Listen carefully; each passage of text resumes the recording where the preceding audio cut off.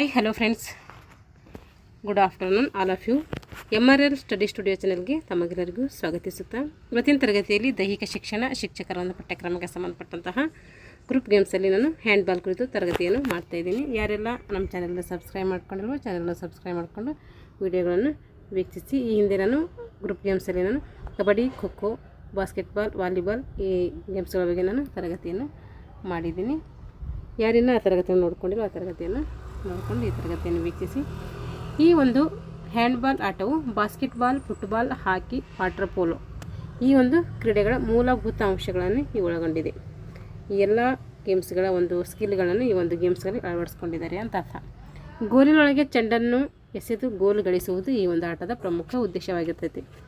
ಇಲ್ಲಿ ಓಡುವುದು, ಜಿಗಿಯುವುದು, ಹಿಡಿಯುವುದು, ಎಸೆಯುವುದು ಈ ಮೂಲಭೂತ ಕೌಶಲ್ಯಗಳನ್ನು ಒಳಗೊಂಡಿರ್ತದೆ. ಓಡಬೇಕು, ಜಿಗಿಬೇಕು, ಹಿಡಿಬೇಕು, ಎಸೆಬೇಕು ಈ ಎಲ್ಲ ಕೌಶಲ್ಯಗಳು ಈ ಆಟದಲ್ಲಿ ಬರ್ತವೆ.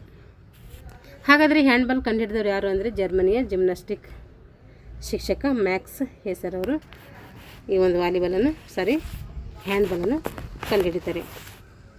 20ನೇ ಶತಮಾನದ ಪ್ರಾರಂಭದಲ್ಲಿ ಯುರೋಪಿನಾದ್ಯಂತ ಅಸ್ತಿತ್ವದಲ್ಲಿದ್ದ ಹಲವಾರು ಕ್ರೀಡೆಗಳಿಂದ ಆಯ್ದ ಘಟಕಗಳನ್ನು ಸಂಯೋಜಿಸಿ ಏನು ಮಾಡ್ತಾರೆ, ಹ್ಯಾಂಡ್ಬಾಲ್ ಕ್ರೀಡೆ ಆವಿಷ್ಕಾರ ಮಾಡ್ತಾರೆ.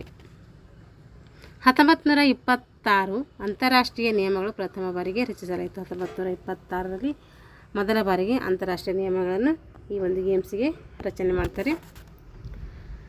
1928ರಲ್ಲಿ ಅಂತಾರಾಷ್ಟ್ರೀಯ ಅಮೇಚೂರ್ ಹ್ಯಾಂಡ್ಬಾಲ್ ಫೆಡರೇಷನನ್ನು ಬೇಸಿಗೆ ಒಲಿಂಪಿಕ್ ಕ್ರೀಡಾಕೂಟದ ಸಮಯದಲ್ಲಿ 11 ರಾಷ್ಟ್ರಗಳು ಒಟ್ಟುಗೂಡಿಸಿ ಏನು ಮಾಡ್ತೇವೆ, ಇದನ್ನು ಸ್ಥಾಪನೆ ಮಾಡ್ತೇವೆ. 1928ರಲ್ಲಿ ಅಂತಾರಾಷ್ಟ್ರೀಯ ಅಮೇಚೂರ್ ಹ್ಯಾಂಡ್ಬಾಲ್ ಫೆಡರೇಷನನ್ನು ಬೇಸಿಗೆಯ ಒಲಿಂಪಿಕ್ ಕ್ರೀಡಾಕೂಟದ ಸಮಯದಲ್ಲಿ 11 ರಾಷ್ಟ್ರಗಳು ಒಟ್ಟುಗೂಡಿಸಿ ಈ ಒಂದು ಅಮೇಚೂರ್ ಹ್ಯಾಂಡ್ಬಾಲ್ ಫೆಡರೇಷನ್ ಸ್ಥಾಪನೆ ಮಾಡ್ತೇವೆ. ಇದೇ ಸಂಸ್ಥೆ ಮುಂದೆ ಏನಾಯ್ತು ಅಂದರೆ ಅಂತಾರಾಷ್ಟ್ರೀಯ ಹ್ಯಾಂಡ್ಬಾಲ್ ಫೆಡರೇಷನ್ ಆಗಿ ಸ್ಥಾಪನೆ ಆಗ್ತೈತಿ. ಅಂತಾರಾಷ್ಟ್ರೀಯ ಹ್ಯಾಂಡ್ಬಾಲ್ ಫೆಡರೇಷನ್ ಯಾವಾಗ ಸ್ಥಾಪನೆ ಆಯ್ತು ಅಂದರೆ 1946ರಲ್ಲಿ. 1936ರಲ್ಲಿ ಬರ್ಲಿನ್ ಒಲಿಂಪಿಕ್ಸ್ನಲ್ಲಿ ಈ ಆಟವನ್ನು ಆಡ್ತಾರೆ, ಪ್ರದರ್ಶನ ಪಂದ್ಯ ಆಡ್ತಾರೆ. ಅಲ್ಲಿ 1965ರಲ್ಲಿ ಒಲಿಂಪಿಕ್ ಕಮಿಟಿಯು ಒಳಾಂಗಣ ಹ್ಯಾಂಡ್ಬಾಲನ್ನು ಒಲಿಂಪಿಕ್ ಕ್ರೀಡೆಗೆ ಸೇರಿಸಲು ಏನು ಮಾಡ್ತದೆ, ಸಮ್ಮತಿ ಸೂಚಿಸುತ್ತೆ. 1965ರಲ್ಲಿ ಒಲಿಂಪಿಕ್ ಕಮಿಟಿ ಏನು ಮಾಡ್ತಂದರೆ ಹ್ಯಾಂಡ್ಬಾಲನ್ನು ಒಳಾಂಗಣ ಕ್ರೀಡೆಗೆ ಸೇರಿಸೋಣ ಅಂತೇಳಿ ಏನು ಮಾಡ್ತೈತೆ, ಸೇರಿಸ್ಕೊಳ್ಳೋಕ್ಕೆ ಅದಕ್ಕೆ ಅನುಮತಿಯನ್ನು ಸೂಚಿಸ್ತೈತೆ. 1977ರ ಮ್ಯೂನಿಚ್ ಒಲಿಂಪಿಕ್ ಕ್ರೀಡಾಕೂಟದಲ್ಲಿ ಪ್ರಥಮ ಬಾರಿಗೆ ಪುರುಷರಿಗಾಗಿ ಹ್ಯಾಂಡ್ಬಾಲ್ ಕ್ರೀಡಾಕೂಟವನ್ನು ಆಯೋಜನೆ ಮಾಡ್ತಾರೆ. ಮಹಿಳೆಯರಿಗೆ 1976ರಲ್ಲಿ ಬೇಸಿಕ್ ಒಲಿಂಪಿಕ್ ಕ್ರೀಡಾಕೂಟದಲ್ಲಿ ಅಂದರೆ ಮಾಂಟ್ರಿಯಲ್ ಒಲಿಂಪಿಕ್ನಲ್ಲಿ ಏನು ಮಾಡ್ತಾರೆ, ಇವರಿಗೂ ಕೂಡ ಏರ್ಪಾಡು ಮಾಡ್ತಾರೆ. ಅದು ಮ್ಯೂನಿಚ್ ಒಲಿಂಪಿಕ್ ಪುರುಷರಿಗೆ ಮಾಡಿರೋದು, ಮಹಿಳೆಯರಿಗೆ ಮಾಡಿರೋದು ಮಾಂಟ್ರಿಯಲ್ ಒಲಿಂಪಿಕ್ಸ್ನಲ್ಲಿ. 1938ರಲ್ಲಿ ಅಂತಾರಾಷ್ಟ್ರೀಯ ಹ್ಯಾಂಡ್ಬಾಲ್ ಫೆಡರೇಷನ್ ಅವರು ಪುರುಷರ ವಿಶ್ವ ಪಂದ್ಯಾವಳಿಯನ್ನು ಪ್ರಥಮ ಬಾರಿಗೆ ಸಂಘಟನೆ ಮಾಡ್ತಾರೆ. 1938ರಲ್ಲಿ ಅಂತಾರಾಷ್ಟ್ರೀಯ ಹ್ಯಾಂಡ್ಬಾಲ್ ಫೆಡರೇಷನ್ ಅವರು ಪುರುಷರ ಒಂದು ವಿಶ್ವ ಪಂದ್ಯಾವಳಿಯನ್ನು ಏನು ಮಾಡ್ತಾರೆ, ಸಂಘಟನೆ ಮಾಡ್ತಾರೆ. 1972ರಲ್ಲಿ ಮಾಡಿದ್ದು ಅದು ಒಲಿಂಪಿಕ್ನಲ್ಲಿ, ಇದು ವಿಶ್ವ ಪಂದ್ಯಾವಳಿಯಲ್ಲಿ ಎಷ್ಟರಲ್ಲಿ ಮಾಡ್ತಾರೆ ಅಂದರೆ 1938ರಲ್ಲಿ ಮಾಡ್ತಾರೆ. ಅಲ್ಲಿಂದ ಪ್ರತಿ 4 ವರ್ಷಗಳಿಗೊಮ್ಮೆ ದ್ವಿತೀಯ ಮಹಾಯುದ್ಧದ ಸಂದರ್ಭದಲ್ಲಿ 3 ವರ್ಷಗಳಿಗೊಮ್ಮೆ ಆಡಿಸ್ತಾಯಿದ್ರು, 4 ವರ್ಷಕ್ಕೊಮ್ಮೆ ಆಡಿಸ್ತಾಯಿದ್ರು. ಆಮೇಲೆ ಎರಡನೇ ಮಹಾಯುದ್ಧ ಬಂದ ಸಂದರ್ಭದಲ್ಲಿ 3 ವರ್ಷಕ್ಕೊಮ್ಮೆ ಆಡಿಸ್ತಾಯಿದ್ರು, ಇವಾಗ 2 ವರ್ಷಕ್ಕೊಮ್ಮೆ ಆಡಿಸ್ತಾಯಿದ್ದಾರೆ. 1995ರ ನಂತರ ಐರ್ಲ್ಯಾಂಡ್ ವಿಶ್ವ ಪಂದ್ಯಾವಳಿಯ ನಂತರದಿಂದ ಪ್ರತಿ 2 ವರ್ಷಕ್ಕೊಮ್ಮೆ ಪಂದ್ಯಾವಳಿಗಳು ನಡೆಸ್ತಾ ಇದ್ದಾರೆ. ಮಹಿಳೆಯರ ವಿಶ್ವ ಪಂದ್ಯಾವಳಿಗಳು 1957ರಿಂದ ನಡೆಯುತ್ತಿವೆ. ಪುರುಷರದು 1965ರಿಂದ ವಿಶ್ವ ಪಂದ್ಯಾವಳಿಗಳು ನಡೆದವು. ಮಹಿಳೆಯರದು ಯಾವಾಗ ನಡೆದವು ಅಂತಂದರೆ ಪುರುಷರದು 1938, 65 1938ರಿಗೆ ವಿಶ್ವ ಪಂದ್ಯಾವಳಿಗಳು ನಡೆದರೆ ಮಹಿಳೆಯರದು ಯಾವಾಗ ನಡೀತವೆ 1957ರಿಂದ ಮಹಿಳೆಯರಿಗಾಗಿ ನಡೀತವೆ. ಒಲಿಂಪಿಕ್ಸ್ನಲ್ಲಿ ಆಡಿಸಿರೋದು ಮ್ಯೂನಿಚ್ ಒಲಿಂಪಿಕ್ಸಲ್ಲಿ ಯಾರಿಗೆ ಆಡಿಸ್ತಾರೆ, ಪುರುಷರಿಗೆ 1972ರಲ್ಲಿ, ಮಹಿಳೆಯರಿಗೆ 1976ರಲ್ಲಿ ಅದು ಮಾಂಟ್ರಿಯಲ್ ಒಲಿಂಪಿಕ್ಸ್ನಲ್ಲಿ ಆಡಿಸ್ತಾರೆ. ಈಗ ಅಂಕಣದ ಉದ್ದ ಮತ್ತು ಅಗಲ, ಇದ್ರ ಉದ್ದ ಬಂದುಬಿಟ್ಟು 40 ಮೀಟರ್ ಇರ್ತೈತಿ, ಅಗಲ ಬಂದುಬಿಟ್ಟು 10 ಮೀಟರ್ ಇರ್ತೈತಿ. ಇದರ ಗೋಲ್ ಪೋಸ್ಟ್ ಎಷ್ಟಿರ್ತದೆ ಅಂದರೆ ಎತ್ತರ 2 ಮೀಟರ್ ಇರ್ತೈತಿ, ಅಗಲ 3 ಮೀಟರ್ ಇರ್ತೈತಿ. ಗೋಲ್ ಪೋಸ್ಟ್ ಹೈಟ್ ಎಷ್ಟು ಇರ್ತದೆ ಅಂದರೆ 2 ಮೀಟರ್ ಇರ್ತೈತಿ, ಅಗಲ ಬಂದುಬಿಟ್ಟು 3 ಮೀಟರ್ ಇರ್ತೈತಿ.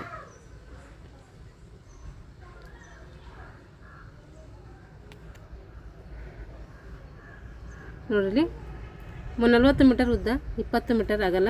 ಗೋಲ್ ಪೋಸ್ಟ್ನ ಎತ್ತರ ಎಷ್ಟು? 2 ಮೀಟರ್. ಗೋಲ್ ಪೋಸ್ಟ್ನ ಅಗಲ ಎಷ್ಟು? 3 ಮೀಟರ್. ಗೋಲ್ ಪೋಸ್ಟ್ನ ಎತ್ತರ 2 ಮೀಟರ್. ಎತ್ತರ ಕೇಳಿದರೆ 2 ಮೀಟರ್, ಅಗಲ ಕೇಳಿದರೆ 3 ಮೀಟರ್, ದಪ್ಪ ಕೇಳಿದರೆ 8 ಸೆಂಟಿಮೀಟರ್. ಗೋಲ್ ಕಂಬಕ್ಕೆ ಪ್ರತಿ 20 ಸೆಂಟಿಮೀಟರ್ ಕಪ್ಪು ಮತ್ತು ಬಿಳಿ ಬಣ್ಣವನ್ನು ಹೊಂದಿರಬೇಕು. ಇನ್ನು ಎಂಟನೆಗೆ ವಾಲಿಬಾಲ್ನಲ್ಲಿ ಎಂಟನೆಗೆ ಹಾಗೆ ಕಪ್ಪು ಬಿಳಿ ಬಣ್ಣ ಹಚ್ತಿದ್ರಲ್ಲ, ಇದೇ ರೀತಿ ಇಲ್ಲಿ ಕೂಡ ಗೋಲ್ ಕಂಬಕ್ಕೆ ಏನು ಮಾಡ್ತಾರೆ, ಪ್ರತಿ 20 ಸೆಂಟಿಮೀಟ್ರಿಗೆ ಕಪ್ಪು ಮತ್ತು ಬಿಳಿ ಬಣ್ಣವನ್ನು ಏನು ಮಾಡ್ತಾರೆ, ಹಚ್ತಾರೆ ಅಥವಾ ಹೊಂದಿರಬೇಕು ಅಂತ ಅರ್ಥ. Penalty throw 7 metre goal area line. Penalty throw ಇಲ್ಲಿದೆ ನೋಡ್ರಿ, ಇದಕ್ಕೆ ಇಲ್ಲಿ penalty throw 7 metre goal area line. 6 metre ಗೋಲ್ ಏರಿಯಾದಿಂದ 7 ಮೀಟರ್ ಗೋಲ್ ಏರಿಯಾದಿಂದ 6 ಮೀಟರ್ ಗೋಲ್ ಏರಿಯಾದಿಂದ 9 ಮೀಟರ್ ತ್ರಿಜ್ಯದ ಗೆರೆಯಿಂದ ಕೂಡಿದೆ ಇನ್ನೊಂದು ಅರ್ಧ ವೃತ್ತವು ಇರ್ತೈತೆ ನೋಡ್ರಿ. ಇದು ಡಾಟ್ ಡಾಟ್ ಡಾಟ್ ಇರೋದು 9 ಮೀಟರ್. ಇಲ್ಲಿ ಇದಕ್ಕೇನಂತೀವಿ, ಪೆನಲ್ಟಿ ಥ್ರೋ ಅಂತೀವಿ, ಅದು 7 ಮೀಟರು. ಆಮೇಲೆ ಅದ್ರ ಕೆಳಗಡೆ ಇದೆಯಲ್ಲ, ಇದು 6 ಮೀಟರ್ ಗೋಲ್ ಏರಿಯಾ ಅಂತೇಳಿ ಕರಿತೀವಿ. 6 ಮೀಟರ್ ನೋಡಿರಿ. Penalty throw 7 metre goal area line 6 metre. Penalty throw ಇರೋದು 7 ಮೀಟರು, ಗೋಲ್ ಏರಿಯಾ ಲೈನ್ ಇರೋದು 6 ಮೀಟರು. ಗೋಲ್ ಏರಿಯಾದಿಂದ 9 ಮೀಟರ್ ತ್ರಿಜ್ಯದ ಗೆರೆಯಿಂದ ಕೂಡಿದ ಇನ್ನೊಂದು ಅರ್ಧ ವೃತ್ತವು ಇಲ್ಲಿ ಇರ್ತೈತೆ.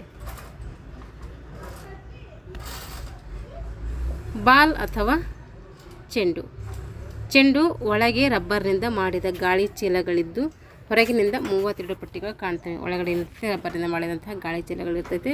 ಹೊರಗಿನಿಂದ 32 ಪಟ್ಟಿಗಳು ಅಲ್ಲಿ ಕಾಣ್ತವೆ. ನಾವು ಬಾಸ್ಕೆಟ್ಬಾಲಲ್ಲಿ 8 ಪಟ್ಟಿಗಳು ನೋಡಿದ್ದೀವಿ, ಇಲ್ಲಿ ಎಷ್ಟು ಇರ್ತವೆ? 32 ಪಟ್ಟಿಗಳು ಇರ್ತವೆ. ಪುರುಷರ ವಿಭಾಗದಲ್ಲಿ ನೋಡ್ರಿ, ಬಾಲ್ ಎಷ್ಟು ಸುತ್ತಳತೆ, ಎಷ್ಟು ತೂಕ ಇರ್ತದೆ ಅಂತೇಳಿ. ಪುರುಷರ ವಿಭಾಗ ಅಥವಾ 16 ವರ್ಷ ಮೇಲ್ಪಟ್ಟ ಬಾಲಕರು, ಇವ್ರದ್ದು ಎಷ್ಟು ಇರ್ತೈತೆ ಅಂತಂದರೆ, ಬಾಲ ಸುತ್ತಳತೆ 58ರಿಂದ 60 ಸೆಂಟಿಮೀಟರ್ ಇರ್ತೈತೆ. 60 ಸೆಂಟಿಮೀಟರ್. ತೂಕ ಕೇಳಿದರೆ 425ರಿಂದ 475 ಇರ್ತೈತೆ. ಮಹಿಳೆಯರ ವಿಭಾಗದಲ್ಲಿ 8ರಿಂದ 14 ವರ್ಷದೊಳಗಿನ ಬಾಲಕಿಯರು ಮತ್ತು 12ರಿಂದ 16 ವರ್ಷದ ಬಾಲಕರು. ಅಂದರೆ ಇದೇನು ಮಾಡ್ತೀವಿ ನಾವು, ಹಿರಿಯ ಮತ್ತು ಕಿರಿಯ ಮಾಡ್ತೀವಲ್ಲ, ಹಾಗಾಗಿ ಇಲ್ಲಿ 8ರಿಂದ 14 ವರ್ಷದ ಒಳಗಿನ ಬಾಲಕಿಯರು ಮತ್ತು 12 ವರ್ಷದಿಂದ 16 ವರ್ಷದ ಬಾಲಕಿಯರು ಮತ್ತು ಬಾಲಕರು ಹಾಗೂ ಮಹಿಳೆಯರು. ಇವ್ರೇನು ಮಾಡ್ತಾರೆ, ಇವರಿಗೆ ಎಷ್ಟಿರ್ತಂದರೆ ಸುತ್ತಳತೆ, ಬಾಲ್ ಸುತ್ತಳತೆ 54ರಿಂದ 56 ಸೆಂಟಿಮೀಟರ್ ಇರ್ತೈತೆ. 8 ವರ್ಷದಿಂದ 12 ವರ್ಷದ ಒಳಗಿನ ಕಿರಿಯ ಬಾಲಕರು, ಸಬ್ ಜೂನಿಯರ್ಸ್ ಅಂತ ಕರಿತೀವಿ, ಅವರು 8ರಿಂದ 14 ವರ್ಷದ ಒಳಗಿನ ಕಿರಿಯ ಬಾಲಕರು ಮತ್ತು ಕಿರಿಯ ಬಾಲಕಿಯರು ಅಂದರೆ ಸಬ್ ಜೂನಿಯರ್ಸ್ ಅಂತ ಕರಿತೀವಿ. ಇವರಿಗೆ ಎಷ್ಟಿರಬೇಕಂದ್ರೆ 50ರಿಂದ 52. ಪುರುಷರಿಗೆ ಬಂದರೆ ಅದು 58ರಿಂದ 60, ಮಹಿಳೆಯರಿಗೆ ಬಂದರೆ 54ರಿಂದ 56 ಮತ್ತು ಸಬ್ ಜೂನಿಯರ್ಸ್ಗೆ ಬಂದರೆ 50ರಿಂದ 52. ಇಷ್ಟು ನೆನ್ಪಿಟ್ಕೊಳ್ರಿ. ಇವರಿಗೆ ಎಷ್ಟಿರಬೇಕು ತೂಕ ನೋಡ್ರಿ. ತೂಕ ಪುರುಷರಿಗೆ 475ರಿಂದ 475 ಗ್ರಾಮ್, ಇವರಿಗೆ 325ರಿಂದ 300 ನೋಡ್ಕೊಡ್ರಿ ಒಂದ್ಸರಿ ಮೆಜರ್ಮೆಂಟು. 325ರಿಂದ 400 ಗ್ರಾಮ್, ಇವರಿಗೆ ಕನಿಷ್ಠ 315 ಗ್ರಾಮ್ ಇರಬೇಕು. ಸಮಯ ನೋಡ್ರಿ, ಪುರುಷರಿಗೆ 10 ನಿಮಿಷ ಆಡಿಸ್ಬೇಕು, 10 ನಿಮಿಷ ರೆಸ್ಟು, 30 ನಿಮಿಷ ಆಡಿಸ್ಬೇಕು, 10 ನಿಮಿಷ ರೆಸ್ಟು, ಮತ್ತು 30 ನಿಮಿಷ ಆಡಿಸ್ಬೇಕು. ಎಷ್ಟಾಯಿತು ಟೋಟಲ್ ಬಂದುಬಿಟ್ಟು 70 ನಿಮಿಷ ಆಯಿತು. 30 ನಿಮಿಷ ಆಡಿಸೋದು, 10 ನಿಮಿಷ ರೆಸ್ಟು, ಮತ್ತು 30 ನಿಮಿಷ ಆಡಿಸೋದು, ಟೋಟಲ್ 70 ನಿಮಿಷ. ಮಹಿಳೆಯರಿಗೆ 25 ನಿಮಿಷ ಕಡಿಮೆ ಮಾಡ್ಕೋಬೇಕು. 25 ನಿಮಿಷ ಆಡಿಸ್ಬೇಕು, ರೆಸ್ಟ್ ಸೇಮು 10 ನಿಮಿಷ, ಮತ್ತು 25 ನಿಮಿಷ ಆಡಿಸ್ಬೇಕು, ಟೋಟಲ್ ಬಂದುಬಿಟ್ಟು 60 ನಿಮಿಷ ಆಯ್ತೈತೆ. ಬಾಲಕರಿಗೆ 20 ನಿಮಿಷ ಆಡಿಸ್ಬೇಕು, 5 ನಿಮಿಷ ರೆಸ್ಟು, ಮತ್ತು 20 ನಿಮಿಷ, ಟೋಟಲ್ ಬಂದುಬಿಟ್ಟು 45 ನಿಮಿಷ. ಎಲ್ಲರಿಗೆ ಬೇರೆ ಬೇರೆ ಕೊಟ್ಟಿದ್ದಾರೆ ಇಲ್ಲಿ ಸಮಯ. ಈಗ ಬಾಲಕಿಯರಿಗೆ 15 ನಿಮಿಷ ಆಡಿಸ್ಬೇಕು, 5 ನಿಮಿಷ ರೆಸ್ಟು, ಮತ್ತು 15 ನಿಮಿಷ ಆಡಿಸ್ಬೇಕು, ಟೋಟಲ್ ಬಂದುಬಿಟ್ಟು 35 ನಿಮಿಷಗಳು.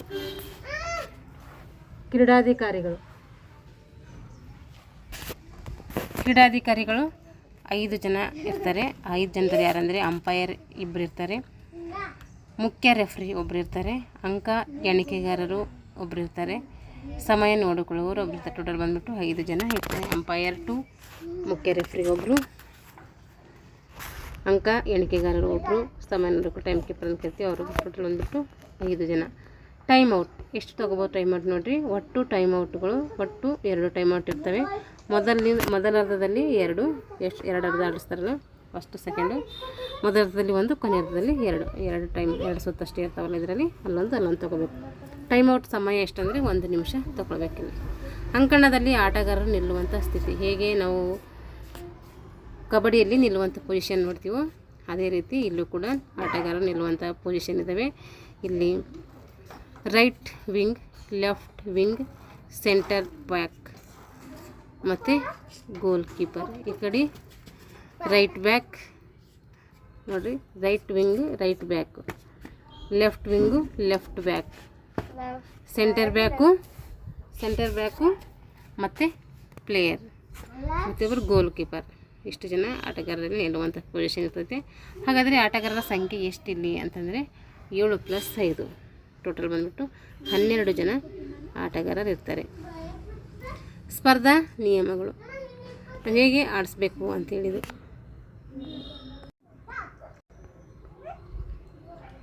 ಸ್ಪರ್ಧಾ ನಿಯಮಗಳು: ಮಧ್ಯದ ಗೆರೆಯಿಂದ ಥ್ರೋ ಆನ್ ಅಥವಾ ಥ್ರೋ ಅಪ್ ಮೂಲಕ ಆಟವನ್ನು ಪ್ರಾರಂಭವಾಗ್ತೈತಿ. ಇಲ್ಲಿ ಥ್ರೋ ಅಪ್ ಕೊಟ್ಟಿದ್ದಾರೆ ನೋಡಿರಿ, ಗೌರ್ಮೆಂಟ್ ಬುಕ್ಸಲ್ಲಿ ಥ್ರೋ ಅಪ್ ಅಂತಿದೆ, ನೀವು ಅದೇ ಹಾಕಿರಿ. ಗೋಲ್ನಿಂದ 6 ಮೀಟರ್ ದೂರದಲ್ಲಿ ಅರ್ಧ ವೃತ್ತಾಕಾರದ ಗೆರೆಯಿಂದ ಕೂಡಿದ ಕ್ಷೇತ್ರಕ್ಕೆ ನಾವು ಏನಂತೀವಿ, ಗೋಲ್ ಕ್ಷೇತ್ರ ಅಂತ ಕರಿತೀವಿ. ಗೋಲ್ ಕ್ಷೇತ್ರಕ್ಕೆ ರಕ್ಷಕರನ್ನು ಹೊರತುಪಡಿಸಿ ಇತರರು ಪ್ರವೇಶಿಸುವಂತಿಲ್ಲ.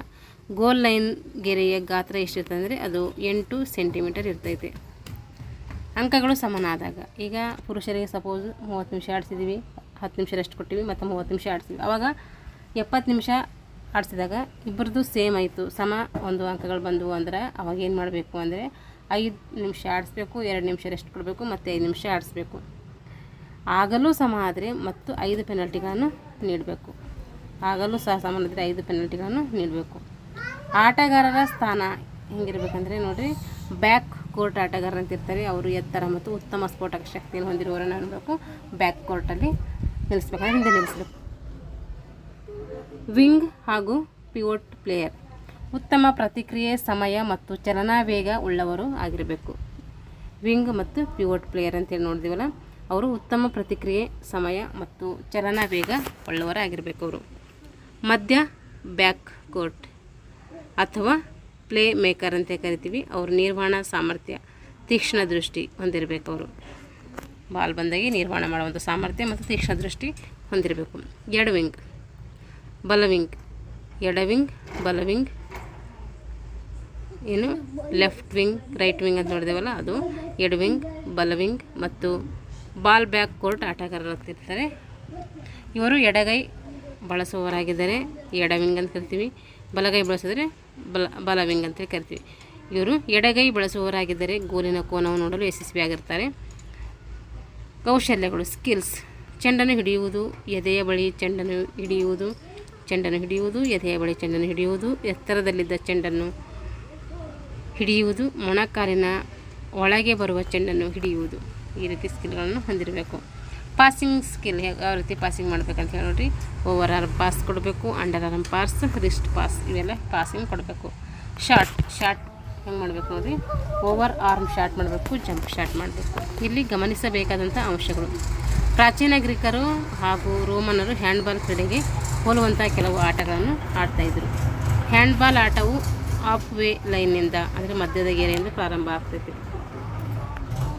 ಹ್ಯಾಂಡ್ಬಾಲ್ ಆಟ ಎಲ್ಲಿ ಜನ್ಮ ಆಗ್ತದೆ? ಡೆನ್ಮಾರ್ಕ್. 1906ರಲ್ಲಿ ಪ್ರಥಮ ಬಾರಿಗೆ ಹ್ಯಾಂಡ್ಬಾಲ್ ಆಟದ ಲಿಖಿತ ನಿಯಮಗಳು ಡೇನ್ ಹೋಲ್ಗರ್ ನಿಲ್ಸನ್ ಅವರು ಮಾಡ್ತಾರೆ, ಪ್ರಕಾಶನಗೊಳಿಸ್ತಾರೆ. ಹ್ಯಾಂಡ್ಬಾಲ್ನ ಆಧುನಿಕ ನಿಯಮಗಳನ್ನು 3 ಜನ ಸೇರ್ಕೊಂಡು ಮಾಡ್ತಾರೆ. ಕಾರ್ಲ್ ಸ್ಕೆಲಿಂಜ್, ಇರಿಚ್ ಕೊನಿಂಗ್ ಅವರು. ಕಾರ್ಲ್ ಇಬ್ಬರು ಜನ ಸೇರ್ಕೊಂಡು ಮಾಡ್ತಾರೆ, ಕಾರ್ಲ್ ಸ್ಕೆಲಿಂಜ್ ಮತ್ತು ಇರಿಚ್ ಕೊನಿಂಗ್ ಅವರು.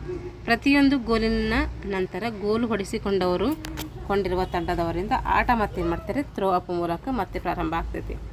ಹ್ಯಾಂಡ್ಬಾಲ್ ಚೆಂಡುಗಳಿಗೆ ಎಷ್ಟು ಗೆರೆಗಳಿರ್ತವೆ ಅಂದರೆ 32. ರೇಖೆಗಳಿರ್ತವೆ. ಏನು ಒಳಗಡೆ ಏನು ನೋಡ್ಕೊಂಡ್ವಿ ಅವೇ ಇವು ಏನು ಮಾಡಿದರೆ ಪಾಯಿಂಟ್ಸ್ ಥರ ಕೊಟ್ಟಿದ್ದಾರೆ. ಗೋಲು ಕಂಬಗಳ ನಡುವಿನ ಗೋಲು ಗೆರೆಯ ಅಗಲ ಎಷ್ಟಿರ್ತದೆ ಅಂದರೆ 8 ಸೆಂಟಿಮೀಟರ್ ಇರುವುದರಿಂದ ಉಳಿದೆಲ್ಲ ಗೆರೆಗಳು ಎಷ್ಟಿರ್ತದೆ ಅಂದರೆ ಅದು 5 ಸೆಂಟಿಮೀಟರ್ ಇರ್ತೈತಿ. ಪ್ರಾರಂಭದಲ್ಲಿ ಪ್ರತಿ 3 ಮತ್ತು 4 ವರ್ಷಗಳಿಗೊಮ್ಮೆ ಈ ಆಟವನ್ನು ಆಡಿಸ್ತಾಯಿದ್ರು. ವಿಶ್ವ ಕಪ್ ಹ್ಯಾಂಡ್ಬಾಲ್ ನಡೀತಿತ್ತು ಆವಾಗ. ಪ್ರಾರಂಭದಲ್ಲಿ ಪ್ರತಿ 3 ಮತ್ತು 4 ವರ್ಷಗಳಿಗೊಮ್ಮೆ ಪುರುಷರಿಗಾಗಿ ವಿಶ್ವ ಹ್ಯಾಂಡ್ಬಾಲ್ ಕಪ್ ನಡೆಸ್ತಾಯಿದ್ರು. ಈಗ ಪ್ರತಿ 2 ವರ್ಷಗಳಿಗೊಮ್ಮೆ ನಡೀತಾ ಇದೆ. ಈ ಪಂದ್ಯಾವಳಿಗಳನ್ನು ಪುರುಷ ಮತ್ತು ಮಹಿಳೆಯರಿಗೂ ಸಂಘಟನೆ ಮಾಡ್ತಾಯಿದ್ರು. ಪುರುಷರಿಗೂ ಮತ್ತು ಮಹಿಳೆಯರಿಗೂ ಕೂಡ ಆಡ್ತಿದ್ರು. ಹೇಗೆ ವಾಲಿಬಾಲ್ ಇದು ಒಲಿಂಪಿಕ್ಸ್ನಲ್ಲಿ ಪುರುಷರಿಗೆ ಮಹಿಳೆಯರಿಗೂ ಆಡಿಸಿದ್ರು, ಹಾಗೆ ವಿಶ್ವ ಪಂದ್ಯಾವಳಿಗಳಲ್ಲಿ ಕೂಡ ಪುರುಷ ಮತ್ತು ಮಹಿಳೆಯರಿಗೂ ಆಡಿಸಿದ್ದಾರೆ. IHF ವರದಿಯ ಜುಲೈ 2009 ಪ್ರಕಾರ 166 ಸದಸ್ಯ ಫೆಡರೇಷನ್ಗಳಿಂದ 7,95,000 ತಂಡಗಳು ಮತ್ತು 19 ಮಿಲಿಯನ್ ಆಟಗಾರರಿದ್ದಾರೆ ಅಂತೇಳಿ ಈ ಒಂದು ವರದಿ ಇದು ಸೂಚಿಸಿದೆ 2009ರಲ್ಲಿ. ತೀವ್ರ ಒರಟು ಆಟವಾಡಿದ್ದಲ್ಲಿ 2 ನಿಮಿಷಗಳ ಅಮಾನತಿಗೆ ಏನು ಮಾಡ್ತಾರೆ, ಅವರಿಗೆ ಒಳಪಡಿಸ್ತಾರೆ ಕ್ರೀಡಾಪಟುವಿಗೆ. ಆಟವಾಡುವಾಗ ಆಟಗಾರನು ಚೆಂಡನ್ನು 3 ಸೆಕೆಂಡ್ಗಳಿಗಿಂತ ಹೆಚ್ಚಾಗಿ ಅಥವಾ 3 ಹೆಜ್ಜೆಗಳು ಹಾಕುವುದರೊಳಗಾಗಿ ಚೆಂಡನ್ನು ತನ್ನ ಕೈಯಿಂದ ಬೇರೆದವರಿಗೆ ಕೊಡಬೇಕು. ಹಾಗೆ ಇಟ್ಟುಕೊಂಡ್ರೆ ಏನಾಗ್ತೈತೆ ಅಲ್ಲಿ ಔಟ್ ಅಂತೇಳಿ ಕೊಡ್ತಾರೆ. ಪ್ರತಿಯೊಂದು ಗೋಲಿನ ನಂತರ ಗೋಲು ಹೊಡೆಸಿಕೊಂಡಿರುವ ತಂಡದವರಿಂದ ಥ್ರೋ ಆನ್ ಮೂಲಕ ಆಟ ನೋಡಬೇಕು. ಮಧ್ಯದ ಗೆರೆಯಿಂದ ಸೀಟಿ ಓದಿದ ಮೇಲೆ ಮತ್ತೆ ಪ್ರಾರಂಭ ಮಾಡಬೇಕು. ಚೆಂಡನ್ನು ಎದುರಾಳಿಯ ಗೋಲಿನ ಒಳಗೆ ತೂರಿದಲ್ಲಿ 1 ಅಂಕ ಆ ತಂಡ ಏನು ಮಾಡ್ತೈತೆ, ಸಂಪಾದಿಸ್ತೈತೆ. ಆಟ ಪುನಃ ಪ್ರಾರಂಭಿಸುವ ತಂಡದ ಎಲ್ಲ ಸದಸ್ಯರು ಮಧ್ಯರೇಖೆಯ ಹಿಂದೆ ಅಥವಾ ರಕ್ಷಣಾ ಅಂಕಣದಲ್ಲಿ ಇರಬೇಕು. ಆಟ ಪುನಃ ಪ್ರಾರಂಭಿಸುವ ತಂಡದ ಎಲ್ಲ ಸದಸ್ಯರು ಮಧ್ಯರೇಖೆಯ ಹಿಂದೆ ಅಥವಾ ತಮ್ಮ ರಕ್ಷಣಾ ಅಂಕಣದಲ್ಲಿ ಇರಬೇಕು. ಇದನ್ನು ಉಲ್ಲಂಘಿಸಿದಲ್ಲಿ ಆಟವನ್ನು ಪುನಃ ಏನು ಮಾಡ್ತಾರೆ, ಪ್ರಾರಂಭಿಸ್ತಾರೆ. ಗೋಲು ಕ್ಷೇತ್ರದೊಳಗೆ ರಕ್ಷಣಾ ಆಟಗಾರನೇನಾದರೂ ಆಕ್ರಮಣ ಆಟಗಾರನಿಗೆ ಅಡ್ಡಿಪಡಿಸಿದಲ್ಲಿ ಆಕ್ರಮಣ ತಂಡದವರಿಗೆ ಗೋಲ್ ಹೊಡೆಯಲು ನೇರ ಅವಕಾಶ ಕಲ್ಪಿಸುವ ಮುಖಾಂತರ ಶಿಕ್ಷೆ ವಿಧಿಸಲಾಗುತ್ತದೆ. ಅವಾಗ ಈ ಸಂದರ್ಭದಲ್ಲಿ ಕೇವಲ ಒಬ್ಬ ಆಕ್ರಮಣ ಆಟಗಾರ 7 ಮೀಟರ್ ಗೆರೆಯಿಂದ ಮತ್ತು ರಕ್ಷಣಾ ತಂಡದ ಗೋಲ್ ರಕ್ಷಕ ಮಾತ್ರ ಇರ್ತಾನೆ. ಈ ಟೈಮಲ್ಲಿ ಯಾರಿರ್ತಾರೆ ಅಂದರೆ ನೋಡಿರಿ, ಗೋಲ್ ಕ್ಷೇತ್ರದಲ್ಲಿ ರಕ್ಷಣಾ ಆಟಗಾರನೇನಾದರೂ ಆಕ್ರಮಣ ಆಟಗಾರನಿಗೆ ಅಡ್ಡಿಪಡಿಸಿದಲ್ಲಿ ಆಕ್ರಮಣ ತಂಡದವರಿಗೆ ಗೋಲ್ ಹೊಡೆಯಲು ನಿರಾವಕಾಶ ಕೊಡ್ತಾರೆ. ಯಾಕಂದರೆ ಅವ್ರು ತಪ್ಪು ಮಾಡಿದರೆ ಅವರಿಗೆ ಕೊಡ್ತಾರೆ. ಹಾಗಾಗಿ ರಕ್ಷಣಾತ್ಮಕ ಆಟಗಾರ ಅವ್ರಿಗೆ ಯಾವುದೇ ರೀತಿ ಅಡ್ಡಿಯನ್ನು ಪಡಿಸಬಾರ್ದು. ಈ ಒಂದು ಅಡ್ಡಿಪಡಿಸಿದ ಸಂದರ್ಭದಲ್ಲಿ ನೇರವಾಗಿ ಅವಕಾಶವನ್ನು ಯಾರಿಗೆ ಕೊಡ್ತಾರೆ, ಎದುರಾಳಿ ತಂಡದವರಿಗೆ ಕೊಡ್ತಾರೆ. ಈ ಸಂದರ್ಭದಲ್ಲಿ ಕೇವಲ ಒಬ್ಬ ಆಕ್ರಮಣ ಆಟಗಾರ ಮಾತ್ರ, ಒಬ್ಬನೇ ಆಟಗಾರ ಮತ್ತೆ ಎಲ್ಲರೂ ಹೋಗಂಗಿಲ್ಲ, ಆ ಒಬ್ಬ ಆಟಗಾರ ಮಾತ್ರ 7 ಮೀಟರ್ ಗೆರೆಯಿಂದ ಮತ್ತು ರಕ್ಷಣಾ ತಂಡದ ಗೋಲ್ ರಕ್ಷಕ ಮಾತ್ರ ಅಲ್ಲಿ ಇರ್ತಾರೆ. ಸಾಮಾನ್ಯ ರಕ್ಷಣಾ ರಚನೆಯಲ್ಲಿ ಎಲ್ಲ ರಕ್ಷಣಾ ಆಟಗಾರರು 6 ಮೀಟರ್ ಮತ್ತು 9 ಗೆರೆಗಳ ಮಧ್ಯದಲ್ಲಿ ಇರ್ತಾರೆ. ಸಾಮಾನ್ಯ ರಕ್ಷಣಾ ರಚನೆಯಲ್ಲಿ ಎಲ್ಲ ರಕ್ಷಣಾ ಆಟಗಾರರು 6 ಮೀಟರ್ ಮತ್ತು 9 ಮೀಟರ್ ಗೆರೆಗಳ ಮಧ್ಯದಲ್ಲಿ ಇರ್ತಾರೆ. ಚೆಂಡು ಯಾವುದೇ ಆಟಗಾರನ ಕಾಲಿಗೆ ತಾಕಬಾರದು. ಒಂದು ಪಂದ್ಯ ಪ್ರಾರಂಭವಾಗಬೇಕಾದರೆ ಕನಿಷ್ಠ 7 ಜನ ಆಟಗಾರರು ಇರಲೇಬೇಕು. ಆಟಗಾರರು ತಮ್ಮ ಗೋಲಿ ಕೈಗೆ ಚೆಂಡನ್ನು ನೀಡಿದರೆ ಪೆನಲ್ಟಿ ಕಟ್ಟಬೇಕು. ಆಟಗಾರರು ಗೋಲಿಗೆ ಬಾಲನ್ನು ಎಸೆಯುವಾಗ ಎದುರಾಳಿ ಆಟಗಾರರ ಕೈಗೆ ಹೊಡೆದರೆ, ನೋಡ್ರಿ ಗೋಲ್ ಮಾಡೋ ಟೈಮ್ನಾಗ ಏನಾದರೂ ಬಾಲ್ ಎಸೆಯೋ ಟೈಮ್ನಾಗ ಎದುರಾಳಿ ಆಟಗಾರನ ಏನಾದರೂ ಕೈಗೆ ನೀವು ಆ ಬಾಲನ್ನು ಹೊಡೆದರೆ ಆಗಲೂ ಸಹ ಪೆನಲ್ಟಿ ನೀಡಬೇಕು. ಆಟಗಾರನು ತಮ್ಮ ಗೋಲಿ ಕೈಗೆ ಚೆಂಡನ್ನು ನೀಡಿದರೆ ಮತ್ತು ಪೆನಲ್ಟಿ ನೋಡಿರಿ, ಆಟಗಾರರು ತಮ್ಮ ಗೋಲಿ ಕೈಗೆ ಚೆಂಡನ್ನು ನೀಡಿದರೆ ಪೆನಲ್ಟಿ ಕಟ್ಟಬೇಕಲ್ಲೂ. ಆಟಗಾರರು ಗೋಲಿಗೆ ಹಾಕೋ ಟೈಮ್ನಾಗ ಬಾಲನ್ನು ಎಸೆಯುವಾಗ ಎದುರಾಳಿ ಆಟಗಾರನ ಕೈಗೆ ಏನಾದರೂ ಹೊಡೆದರೆ ಆಗಲೂ ಸಹ ಪೆನಲ್ಟಿ ನೀಡಬೇಕು. ಆಟಗಾರರು ಎದುರಾಳಿ ಆಟಗಾರನನ್ನು ಹಿಂದೆಯಿಂದ ಅಂದರೆ ಬ್ಯಾಕ್ ಹಿಡಿಬಾರ್ದು. ಅದರ ಬದಲಾಗಿ ಮುಂದೆಯಿಂದ ಏನು ಮಾಡ್ಬೋದು, ಅವನಿಗೆ ಬ್ಲಾಕ್ ಮಾಡ್ಬೋದು. ಒಂದು ತಂಡಕ್ಕೆ 2 ಹಳದಿ ಕಾರ್ಡ್ ನೀಡಿದ ನಂತರ ಆ ತಂಡದಲ್ಲಿ ಯಾವುದೇ ಆಟಗಾರ ತಪ್ಪು ಮಾಡಿದರೆ ಆ ಆಟಗಾರನ ಏನು ಮಾಡ್ತಾರೆ, 2 ನಿಮಿಷ ಅಮಾನತು ಮಾಡ್ತಾರೆ. ಒಬ್ಬ ಆಟಗಾರ ಎದುರಾಳಿ ಆಟಗಾರನಿಗೆ ಉದ್ದೇಶಪೂರ್ವಕವಾಗಿ ತಪ್ಪು ಮಾಡಿದರೆ ಅಂತಹ ಆಟಗಾರನಿಗೆ ಏನು ಮಾಡ್ತಾರೆ, 2 ನಿಮಿಷ ಅಮಾನತು ನೀಡ್ತಾರೆ. ಗೋಲು ಮಾಡುವಾಗ 6 ಮೀಟರ್ ಗೆರೆಯನ್ನು ಯಾವುದೇ ಆಟಗಾರ ತುಳಿದರೆ ಅದನ್ನು ಪೋಲ್ ಅಂತೇಳಿ ನಾವು ಫಾಲ್ ಅಂತೇಳಿ ಕರಿತೀವಿ. ಪೆನಲ್ಟಿ ನೀಡಿದಾಗ ಪೆನಲ್ಟಿ ಗೆರೆಯಿಂದ ಕಾಲನ್ನು ಎತ್ತದೆ, ಕಾಲನ್ನು ಗೋಲಿಗೆ ಏನು ಮಾಡಬೇಕಾಗುತ್ತೆ, ಹೊಡೆಯಬೇಕಾಗುತ್ತೆ. ಕರ್ನಾಟಕದಲ್ಲಿ ಹ್ಯಾಂಡ್ಬಾಲ್ ಸಂಘ 1975-76ರಲ್ಲಿ ಕರ್ನಾಟಕ ಹ್ಯಾಂಡ್ಬಾಲ್ ಸಂಘ ಸ್ಥಾಪನೆ ಆಗ್ತೈತೆ. 1975 ಮತ್ತು 76ರ ಸಮಯದಲ್ಲಿ ಆಂಧ್ರ ಪ್ರದೇಶದ ಸಿಕಂದ್ರಾಬಾದ್ನಲ್ಲಿ 1974ರಲ್ಲಿ ನಡೆದ ರಾಷ್ಟ್ರೀಯ ಚಾಂಪಿಯನ್ಶಿಪ್ ಪಂದ್ಯಾವಳಿಯ ಸಮಯದಲ್ಲಿ ಅಂದಿನ ಭಾರತ ಹ್ಯಾಂಡ್ಬಾಲ್ ಫೆಡರೇಷನ್ ಅಂದಿನ ಹ್ಯಾಂಡ್ಬಾಲ್ ಕಾರ್ಯದರ್ಶಿ ಇಬ್ರಾಹಿಂ ಖಾನ್ ಅವರು ಕರ್ನಾಟಕದಲ್ಲಿ ಹ್ಯಾಂಡ್ಬಾಲ್ ಸಂಘವನ್ನು ಸ್ಥಾಪಿಸುವಂತೆ ಕೋರ್ತಾರೆ. ಶ್ರೀ ರಾಮಮೂರ್ತಿ, ಶ್ರೀ BS ನಾಗರಾಜ್ ಮತ್ತು ಶ್ರೀ MK ನಾಗೇಂದ್ರ ಇವರ ಪ್ರಯತ್ನದ ಫಲವಾಗಿ ಕರ್ನಾಟಕದಲ್ಲಿ ಹ್ಯಾಂಡ್ಬಾಲ್ ಸಂಘ ಸ್ಥಾಪನೆಯಾಗಿದೆ, ಉದಯವಾಗಿದೆ. ಏಕಲವ್ಯ ಪ್ರಶಸ್ತಿ ಪಡೆದಂಥವ್ರು ಯಾರು ಇದು ಹ್ಯಾಂಡ್ಬಾಲ್ನಲ್ಲಿ ಅಂದರೆ ನೋಡಿರಿ, ಶ್ರೀ ರಾಜಾರೆಡ್ಡಿ, ಶ್ರೀ ಅಮೂಲ್ ರಾಜ್. ಕಾಮನ್ವೆಲ್ತ್ ಕ್ರೀಡಾಕೂಟವನ್ನು ಇವರು ಪ್ರತಿನಿಧಿಸಬೇಕಾಗಿ ಇವರಿಗೆ ಏಕಲವ್ಯ ಪ್ರಶಸ್ತಿಯನ್ನು ಕೊಡ್ತಾರೆ.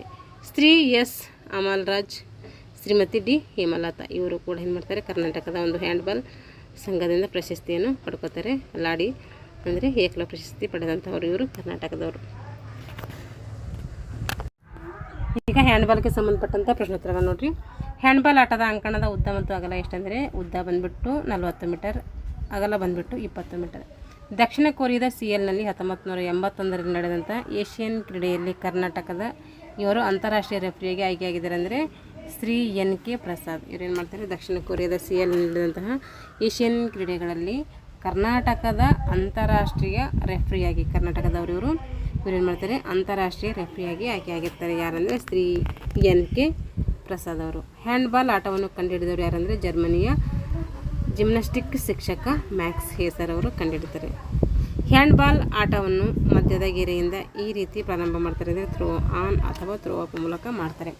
ಪುರುಷರ ವಿಭಾಗದ ಹ್ಯಾಂಡ್ಬಾಲ್ನ ತೂಕ ಎಷ್ಟಿರ್ತಂದರೆ 475ರಿಂದ 475 ಗ್ರಾಮ್ ಇರ್ತೈತೆ. ಮಹಿಳೆಯರ ವಿಭಾಗದ ಹ್ಯಾಂಡ್ಬಾಲ್ ಆಟದ ಸಮಯ ಎಷ್ಟು ಅಂದರೆ 25 ನಿಮಿಷ ಆಡ್ತಾರೆ, 10 ನಿಮಿಷ ರೆಸ್ಟು ಮತ್ತು 25 ನಿಮಿಷ. ಟೋಟಲ್ ಬಂದುಬಿಟ್ಟು 60 ನಿಮಿಷ ಆಡ್ತಾರೆ. ಹ್ಯಾಂಡ್ಬಾಲ್ ಆಟದಲ್ಲಿ ಒಟ್ಟು ಟೈಮ್ ಔಟ್ಗಳು ಎಷ್ಟು ಅಂದರೆ 2 ಇರ್ತವೆ. ಒಂದು ಟೈಮ್ ಔಟ್ನ ಅವಧಿ 1 ನಿಮಿಷ ಅಥವಾ 60 ಸೆಕೆಂಡ್ಸ್ ಅಂತ ಹೇಳ್ತೀವಿ. ಹ್ಯಾಂಡ್ಬಾಲ್ ಆಟದ ಗೋಲ್ ಪೋಸ್ಟ್ ಎತ್ತರ ಎಷ್ಟಿರ್ತೈತೆ ಅಂತಂದರೆ ಗೋಲ್ ಪೋಸ್ಟ್ ಎತ್ತರ 2 ಮೀಟರ್, ಅಗಲ ಬಂದುಬಿಟ್ಟು 3 ಮೀಟರ್ ಇರ್ತೈತೆ. ಹ್ಯಾಂಡ್ಬಾಲ್ ಆಟದಲ್ಲಿ ಆಡುವ ಆಟಗಾರರ ಸಂಖ್ಯೆ ಎಷ್ಟಂದರೆ 7. ಹ್ಯಾಂಡ್ಬಾಲ್ ಅಂಕಣದ ಎಲ್ಲ ಗೆರೆಗಳ 6 ಮೀಟರ್ ದೂರದಲ್ಲಿ ಹ್ಯಾಂಡ್ಬಾಲ್ ಅಂಕಣದ ಗೋಲ್ ಗೆರೆಯಿಂದ ಎಲ್ಲ ಗೆರೆಗಳನ್ನು ಹ್ಯಾಂಡ್ಬಾಲ್ ಅಂಕಣದ ಗೋಲ್ ಗೆರೆಯಿಂದ 6 ಮೀಟರ್ ದೂರದಲ್ಲಿರುವ ಅರ್ಧ ವೃತ್ತಾಕಾರದ ಗೆರೆಯಿಂದ ಕೂಡಿದ ಛೇದಕ ಅಂತೀವಿ, ಅದಕ್ಕೆ ಗೋಲ್ ಛೇತ್ರ ಅಂತೇಳಿ ಕರಿತೀವಿ. ಗೋಲು ಕಂಬಗಳ ನಡುವಿನ ಗೋಲು ಗೆರೆಯ ಅಗಲವು ಎಷ್ಟಿರ್ತೈತಿ, 8 ಸೆಂಟಿಮೀಟರ್ ಇರ್ತೈತಿ. ಉಳಿದ ಗೆರೆಗಳು ಎಷ್ಟಿರ್ತೈತಿ ಅಂದರೆ 5 ಸೆಂಟಿಮೀಟರ್.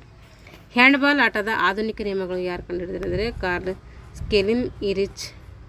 ನೋಡಿರಿ, ಕಾರ್ಲ್ ಸ್ಕೆಲಿಂಜ್, ಇರಿಚ್ ಮತ್ತು ಕೋನಿಂಗ್ 3 ಜನ ಬರ್ತಾರೆ ಇಲ್ಲಿ. ಅಲ್ಲಿಬ್ಬರೇ ಕೊಟ್ಟಿದ್ದರು, ಅದಕ್ಕೆ ಫಸ್ಟ್ 3 ಜನ ಅಂತ ಹೇಳಿದೆ, ಅದರಲ್ಲಿ ಇಬ್ಬರೇ ಇರ್ತಾರೆ, ಇಬ್ಬರೇ ಹೇಳಿದೆ. 3 ಜನ ಇದ್ದಾರೆ ನೋಡಿರಿ, ಕಾರ್ಲ್ ಸ್ಕೆಲಿಂಜ್, ಇರಿಚ್ ಮತ್ತು ಕೋನಿಂಗ್ ಅವರು. ಒಬ್ಬ ಆಟಗಾರ ಎದುರಾಳಿ ಆಟಗಾರನಿಗೆ ಉದ್ದೇಶಪೂರ್ವಕವಾಗಿ ತಪ್ಪು ಮಾಡಿದರೆ ಅಂತಹ ಆಟಗಾರನಿಗೆ ಎಷ್ಟು ನಿಮಿಷ ಅಮಾನತು ಮಾಡ್ತಾರೆ ಅಂದರೆ 2 ನಿಮಿಷ ಮಾಡ್ತಾರೆ. ವಿಶ್ವಕಪ್ ಹ್ಯಾಂಡ್ಬಾಲ್ ಪಂದ್ಯಗಳು ಎಷ್ಟು ವರ್ಷಕ್ಕೊಮ್ಮೆ ನಡೀತವೆ ಅಂತಂದರೆ 2 ವರ್ಷಕ್ಕೊಮ್ಮೆ ನಡೀತವೆ. ಫ್ರೀ ಥ್ರೋ ಗೆರೆಯಿಂದ ಗೋಲ್ ಲೈನ್ಗೆ ಎಷ್ಟು ದೂರ ಇದೆ ಅಂತಂದರೆ 9 ಮೀಟರ್ ದೂರ ಇದೆ. ಫ್ರೀ ಥ್ರೋ ಗೆರೆಯಿಂದ ಗೋಲ್ ಲೈನ್ಗೆ ಎಷ್ಟು ದೂರ ಅಂದರೆ 9 ಮೀಟರ್ ದೂರ ಇದೆ. ಹ್ಯಾಂಡ್ಬಾಲ್ನಲ್ಲಿ ಚೆಂಡನ್ನು 2 ಕೈನಲ್ಲಿ ಹಿಡಿದ ನಂತರ ಮತ್ತೊಬ್ಬ ಆಟಗಾರನಿಗೆ ಪಾಸ್ ನೀಡಬೇಕಾದ್ರೆ ಎಷ್ಟು ಸೆಕೆಂಡ್ ಒಳಗೆ ನೀಡಬೇಕಂದ್ರೆ 3 ಸೆಕೆಂಡ್. ಹೆಜ್ಜೆ ಹಾಕಿದರೆ 3 ಹೆಜ್ಜೆಯೊಳಗಾಗಿ ನೀಡಬೇಕು. ಹ್ಯಾಂಡ್ಬಾಲ್ನ 2 ತಂಡಗಳ ಅಂಕಗಳು ಸಮ ಆದಾಗ ತೀರ್ಪುಗಾರ ಯಾವ ನಿಯಮ ಅನುಸರಿಸ್ತಾರೆ ಅಂದರೆ ಹೆಚ್ಚುವರಿಯಾಗಿ 5 ನಿಮಿಷ ಆಡಿಸ್ತಾರೆ. ಗೋಲ್ ರಕ್ಷಕನ ಗೆರೆಯ ಉದ್ದ ಎಷ್ಟಿರ್ತದೆ ಅಂದರೆ 15 ಸೆಂಟಿಮೀಟರ್ ಇರ್ತೈತೆ. ಗೋಲ್ ರಕ್ಷಕನ ಗೆರೆಯ ಉದ್ದ ಇದು. ಪೆನಲ್ಟಿ ಗೆರೆಯ ಉದ್ದ ಎಷ್ಟಿರ್ತೈತೆ ಅಂತಂದರೆ ಪೆನಲ್ಟಿ ಗೆರೆಯ ಉದ್ದ 1 ಮೀಟರ್ ಇರ್ತೈತೆ. ಬದಿಯ ಗೆರೆಯಿಂದ ಗೋಲ್ ಗೆರೆಗೆ ಇರುವಂತಹ ಅಂತರ ಎಷ್ಟು ಅಂದರೆ 2.45 ಮೀಟರ್ ಇರ್ತೈತೆ. ಗೋಲ್ ಗೆರೆಯಿಂದ ಪೆನಲ್ಟಿ ಗೆರೆಗಿರುವ ಅಂತರ ಅದು 7 ಮೀಟರ್. ಹ್ಯಾಂಡ್ಬಾಲ್ ಗೋಲ್ ಕಂಬಗಳ ನಡುವಿನ ಅಂತರ ಎಷ್ಟಂದರೆ ಅದು 3 ಮೀಟರ್. ಹ್ಯಾಂಡ್ಬಾಲನ್ನು ಯಾವಾಗ ಒಲಿಂಪಿಕ್ಸ್ಗೆ ಸೇರಿಸಲಾಯಿತು ಅಂದರೆ 1972 ಮ್ಯೂನಿಚ್ ಒಲಿಂಪಿಕ್ನಲ್ಲಿ ಇದು ಪುರುಷರದ್ದು ಸೇರ್ತೈತಿ. 1976ರಲ್ಲಿ ಮಾಂಟ್ರಿಯಲ್ನಲ್ಲಿ ಏನು ಮಾಡ್ತೈತೆ ಮಹಿಳೆಯರು ಸೇರ್ತೈತಿ. ಹ್ಯಾಂಡ್ಬಾಲ್ ಆಟದಲ್ಲಿ ರಕ್ಷಣಾ ಆಟಗಾರರು ಎಸೆತವನ್ನು ತೆಗೆದುಕೊಳ್ಳುವ ಆಟಗಾರನಿಂದ ಎಷ್ಟು ದೂರದಲ್ಲಿ ಇರಬೇಕಂದ್ರೆ ಕನಿಷ್ಠ ಆದರೂ 3 ಮೀಟರ್ ದೂರದಲ್ಲಿ ಇರಬೇಕು. ಹ್ಯಾಂಡ್ಬಾಲ್ ಆಟದಲ್ಲಿ ರಕ್ಷಣಾ ಆಟಗಾರರು ಎಸೆತವನ್ನು ತೆಗೆದುಕೊಳ್ಳುವ ಆಟಗಾರನಿಂದ ಎಷ್ಟು ದೂರದಲ್ಲಿ ಇರಬೇಕಂದ್ರೆ 3 ಮೀಟರ್ ಇರಬೇಕು ಕನಿಷ್ಠ ಆದರೂ. ಹ್ಯಾಂಡ್ಬಾಲನ್ನು ಭಾರತದಲ್ಲಿ ಯಾವಾಗ ಎಲ್ಲಿ ಮೊದಲು ಆಡಿದರು ಅಂದರೆ 1972ರಲ್ಲಿ ಹರಿಯಾಣದ ರೋಹಟಿಕ್ ಎಂಬಲ್ಲಿ ಆಡ್ತಾರೆ. ಹ್ಯಾಂಡ್ಬಾಲ್ ಭಾರತದಲ್ಲಿ ಯಾವಾಗ ಅಂತಂದರೆ 1972 ಎಲ್ಲಿ ಅಂತ ಕೇಳಿದ್ರೆ ಹರಿಯಾಣದ ರೋಹಟಿಕ್. ಇದು ಅಲ್ಲಿ ಬಂದಿಲ್ಲ ಕಂಟೆಂಟಲ್ಲಿ, ಇಲ್ಲಿ ಬಂದಿದ್ದು ನೋಡಿ, ನೆನಪಿಟ್ಕೊಳ್ರಿ. ಹ್ಯಾಂಡ್ಬಾಲನ್ನು ಏಷ್ಯನ್ ಕ್ರೀಡೆಯಲ್ಲಿ ಯಾವಾಗ ಸೇರಿಸಲಾಯಿತು ಅಂದರೆ 1982ರಲ್ಲಿ ಸೇರಿಸ್ತಾರೆ, ಅದು ನವದೆಹಲಿಯಲ್ಲಿ. ಏಕಕಾಲದಲ್ಲಿ 2 ತಂಡದ ಆಟಗಾರರು ತಪ್ಪು ಮಾಡಿದರೆ ಯಾರು ಹ್ಯಾಂಡ್ಬಾಲನ್ನು ಎಸೆಯುತ್ತಾರೆ ಅಂದರೆ ಅಧಿಕಾರಿ ಎಸೆತವನ್ನು ಮಾಡ್ತಾರೆ. ಅಧಿಕಾರಿ ಎಸೆತವನ್ನು ಮಾಡುವರು. ಇಬ್ಬರು ತಪ್ಪು ಮಾಡಿದ್ರೆ ಅಧಿಕಾರಿ ಮಾಡ್ತಾನೆ. ಪುರುಷರ ಹ್ಯಾಂಡ್ಬಾಲ್ 33ನೇ ಸೌತ್ ಜೋನ್ ಚಾಂಪಿಯನ್ಶಿಪ್ನಲ್ಲಿ ಕರ್ನಾಟಕ ಪ್ರಥಮ ಸ್ಥಾನ ಪಡ್ಕೊಂಡಿತ್ತು. ಅದು ಎಷ್ಟರಲ್ಲಿ ಅಂದರೆ 2012ರಲ್ಲಿ ತಮಿಳುನಾಡಿನ ಈರೋಡ್ನಲ್ಲಿ. 11ನೇ ಅತಿ ಕಿರಿಯರ ರಾಷ್ಟ್ರೀಯ ಚಾಂಪಿಯನ್ಶಿಪ್ 2010ರಲ್ಲಿ ನಡೆದಂತಹ ಪಂದ್ಯದಲ್ಲಿ ಕರ್ನಾಟಕದ ಕಿರಿಯರ ಬಾಲಕಿಯರ ತಂಡ ದ್ವಿತೀಯ ಸ್ಥಾನ ಪಡ್ಕೊತು. ಒಟ್ಟು ಸೌತ್ ಜೂನ್ನಲ್ಲಿ ಎಷ್ಟು ಅಂದರೆ 17 ಬಾರಿ ಜಯ ಸಾಧಿಸಿದೆ. 11ನೇ ಒಂದು ಅತಿ ಕಿರಿಯ ರಾಷ್ಟ್ರೀಯ ಚಾಂಪಿಯನ್ಶಿಪ್ 2010 ಎಲ್ಲಿ ನಡೀತು ಅಂದರೆ ಅದು ಚೆನ್ನೈಯಲ್ಲಿ ನಡೀತೈತೆ. ಅದೇನು ಮಾಡ್ತಲ್ಲಿ ಕರ್ನಾಟಕದ ಕಿರಿಯ ಬಾಲಕಿಯರ ತಂಡ ದ್ವಿತೀಯ ಸ್ಥಾನ ಪಡ್ಕೊಳ್ತೈತಿ. ಅದು ನಡೆದಂಥ ಸ್ಥಳ ಕೇಳಿದರೆ ಅದು ಚೆನ್ನೈ. ಪುರುಷರ ವಿಭಾಗ ಹ್ಯಾಂಡ್ಬಾಲ್ನಲ್ಲಿ 32ನೇ ಸೌತ್ ಜೂನ್ ಚಾಂಪಿಯನ್ಶಿಪ್ನಲ್ಲಿ ಕರ್ನಾಟಕ ತಂಡ ಪ್ರಥಮ ಸ್ಥಾನ ಪಡ್ಕೊಳ್ತು. ಈ ಪಂದ್ಯಾವಳಿ ಎಲ್ಲಿ ಮತ್ತು ಯಾವಾಗ ನಡೀತದೆ ಅಂದರೆ ಮೈಸೂರಿನಲ್ಲಿ ನಡೀತೈತೆ. 2011ರಲ್ಲಿ ನಡೀತೈತೆ. ಕರ್ನಾಟಕದಲ್ಲಿ ಹ್ಯಾಂಡ್ಬಾಲ್ ಸಂಘ ಯಾವಾಗ ಸ್ಥಾಪನೆ ಆಯ್ತು ಅಂದರೆ 1975-76ರಲ್ಲಿ ಸ್ಥಾಪನೆ ಆಗ್ತೈತೆ. 2012ನೇ ಅಂತರ್ವಲಯದ ಮಹಿಳೆಯರ ಚಾಂಪಿಯನ್ಶಿಪ್ ನಡೆದಂಥ ಸ್ಥಳ ಕೇಳಿದರೆ ಅದು ಪಾಂಡಿಚೇರಿ. ಹ್ಯಾಂಡ್ಬಾಲ್ ಪಂದ್ಯದಲ್ಲಿನ ಒಂದು ತಂಡದ ಬದಲಿ ಆಟಗಾರರ ಸಂಖ್ಯೆ ಎಷ್ಟು ಅಂದರೆ ಅದು 5 ಜನ ಇರ್ತಾರೆ. ಟೋಟಲ್ ಆಡುವವರು 7 ಜನ, ಟೋಟಲ್ ಬಂದುಬಿಟ್ಟು 12 ಜನ. ಹ್ಯಾಂಡ್ಬಾಲ್ ಆಟದಲ್ಲಿ ಎದುರಾಳಿ ತಂಡಕ್ಕೆ ನೀಡುವ ಅವಕಾಶ ಯಾವುದಂದರೆ ಅದು ಫ್ರೀ ಥ್ರೋ. ಹ್ಯಾಂಡ್ಬಾಲ್ ಆಟದಲ್ಲಿ ಆಟಗಾರ ಡ್ರಿಬ್ಲಿಂಗ್ ನಿಲ್ಲಿಸಿ ನಂತರ ಚೆಂಡನ್ನು ಮತ್ತೊಬ್ಬ ಆಟಗಾರನಿಗೆ ಕೊಡಬೇಕಾದ್ರೆ ಎಷ್ಟು ಸಮಯದಲ್ಲಿ ಕೊಡಬೇಕಂದ್ರೆ 3 ಹೆಜ್ಜೆಗಳಿಗಿಂತ ಹೆಚ್ಚು ಹೆಜ್ಜೆಗಳನ್ನು ಹಾಕುವಂತೆ 3 ಹೆಜ್ಜೆ ಒಳಗಾಗಿಯೇ ಕೊಡಬೇಕು. ಇಷ್ಟೇನಾಯಿತು ಹ್ಯಾಂಡ್ಬಾಲ್ ಬಗ್ಗೆ ನಾವು ಸಂಕ್ಷಿಪ್ತವಾಗಿ ತಿಳ್ಕೊಂಡಿದ್ದೀವಿ. ಇನ್ನೇನು 2 ತಿಂಗಳಲ್ಲಿ ಎಕ್ಸಾಮ್ ಇದೆ ಅಂಥವ್ರು ಇನ್ನೊಂದು ನಾಳೆ ನಾಡ್ದು ನೋಟಿಫಿಕೇಷನ್ ಆದರೆ ಮಂಡೇ ಆದರೆ 2 ತಿಂಗಳಷ್ಟೇ ಇರ್ತೈತೆ. ಹಾಗಾಗಿ ನಾವೇನು ಮಾಡಬೇಕು, ಇನ್ಮೇಲೆ ಚೆನ್ನಾಗಿ ಪ್ರಿಪ್ರೇಷನ್ ಮಾಡ್ಕೋಬೇಕು, ರಿವಿಷನ್ ಮಾಡಬೇಕು, ಕೀ ನೋಟ್ಸ್ ಮಾಡ್ಕೋಬೇಕು. ಏಕೆಂದರೆ ವಿಷಯ ನಮ್ಮದು ಕೂಡ ತುಂಬ ಹೆವಿ ಇರುವುದರಿಂದ ಚೆನ್ನಾಗಿ ಆಳವಾಗಿಯೇ ಅಧ್ಯಯನ ಮಾಡಬೇಕಾಗುತ್ತೆ. ಯಾರೆಲ್ಲ ಈ ಒಂದು ಎಕ್ಸಾಮ್ಗೆ ಪ್ರಿಪ್ರೇಷನ್ ಮಾಡ್ತಾಯಿದ್ರೆ ಚೆನ್ನಾಗಿ ಮಾಡಿ ಅಂತ ಹೇಳ್ತಾ ಇಲ್ಲಿಗೆ ಮುಗಿಸ್ತಾ ಇದ್ದೀನಿ. ಎಲ್ಲರಿಗೂ ಧನ್ಯವಾದಗಳು.